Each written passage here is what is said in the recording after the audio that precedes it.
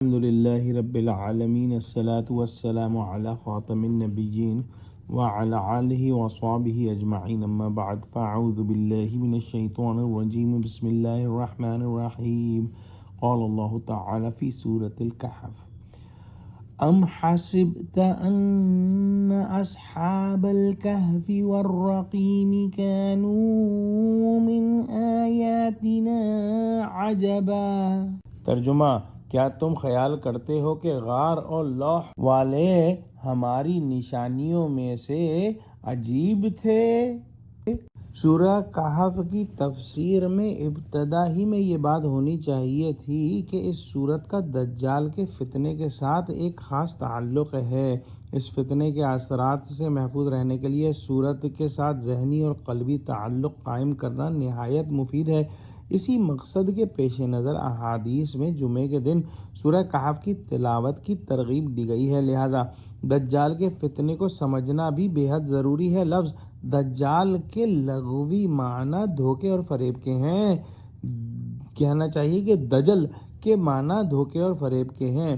اس اعتبار سے دجال اس شخص کو کہا جاتا ہے جو بہت بڑا فریب کار ہو، جو دوسروں کو گمراہ کرنے کے لیے جھوٹ اور دھوکے کا لبادہ اوڑھے ہوئے ہو۔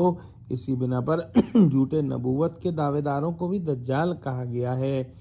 یہ بات بھی سمجھنی چاہیے کہ دجال کا یہ فتنہ دنیا کے آخری زمانے میں ظاہر ہوگا، تاہم اگر دجالیت کے اس وسیع مفہوم کو سامنے رکھا جائے تو موجودہ دور میں مادہ پرستی بھی ایک بڑا دجالی فتنہ ہے۔ آج مادیت نے لوگوں کے ذہنوں، دلوں، نظریات، افکار اور اخلاق اور اقدار پر اس قدر غلبہ حاصل کر لیا ہے کہ انسان اللہ سبحانہ وتعالیٰ کو بھول بیٹھا ہے۔ وہ مسبب الاسباب کو نظر انداز کر کے صرف مادی اسباب پر بھروسہ کرتا ہے اور اپنی تمام تر جدوجہد اسی دنیاوی زندگی کے لیے وقف کر دیتا ہے۔ چنانچہ دنیا کی آسائشیں اور زندگی کی خواہشات اس صورت کے مرکزی مضامین میں شامل ہیں۔ جیسا کہ پہلے ذکر ہوا ہے، کوئی نبی ایسا نہیں گزرا جس نے اپنی قوم کو دجال کے فتنے سے آگاہ نہ کیا ہو۔ یقیناً دجال کا فتنہ انسانیت کے لیے سب سے بڑا امتحان ہے، لہذا جو اس سے محفوظ رہا وہی حقیقی معنوں میں کامیاب ہے۔ اس آیت میں جو آج تلاوت ہوئی، اللہ سبحانہ وتعالیٰ نے اصحاب کہف کا واقعہ بیان کرنا شروع فرمایا ہے۔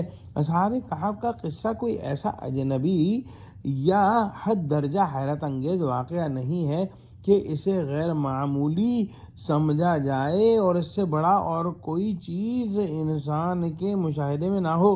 زمین و آسمان، چاند اور سورج کی تخلیق اور ان کے نہایت منظم نظام کا قیام، کمزور انسان کو تمام مخلوقات پر فضیلت دینا، اس سے کہیں بڑا معجزہ اور کہیں بڑا جو ہے وہ حیرت انگیز واقعہ ہے۔ اس کے علاوہ انسانوں کی ہدایت کے لیے انبیاء کو معبوس کرنا، قلیل اور بے سر و سامان جماعتوں کو بڑے بڑے متکبرین پر غالب کرنا، خاتم النبیین صلی اللہ علیہ وآلہ وسلم اور ان کے رفیق حضرت ابو بکر صدیق رضی اللہ تعالیٰ عنہ کو دشمنوں سے محفوظ کرنا اور غار میں 3 دن تک محفوظ رکھنا اور پھر ان کے دشمنوں کو ناکام و نامراد غار کے دہانے سے واپس لوٹا دینا، یہ سب اور اس طرح کے بے شمار واقعات اور حقائق اصحاب کہف کے قصے سے کہیں زیادہ عظیم اور حیرت انگیز ہیں۔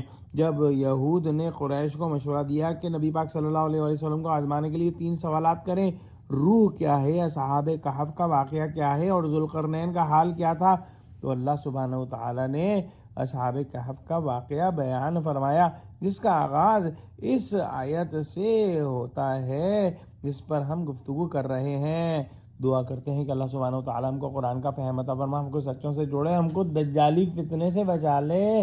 یا اللہ مسلمانوں کو متحد کر دے، یا اللہ مسلمانوں کی مدد فرما، آمین۔ وآخر دعوانا الحمد للہ رب العالمین، والسلام علیکم ورحمۃ اللہ وبرکاتہ۔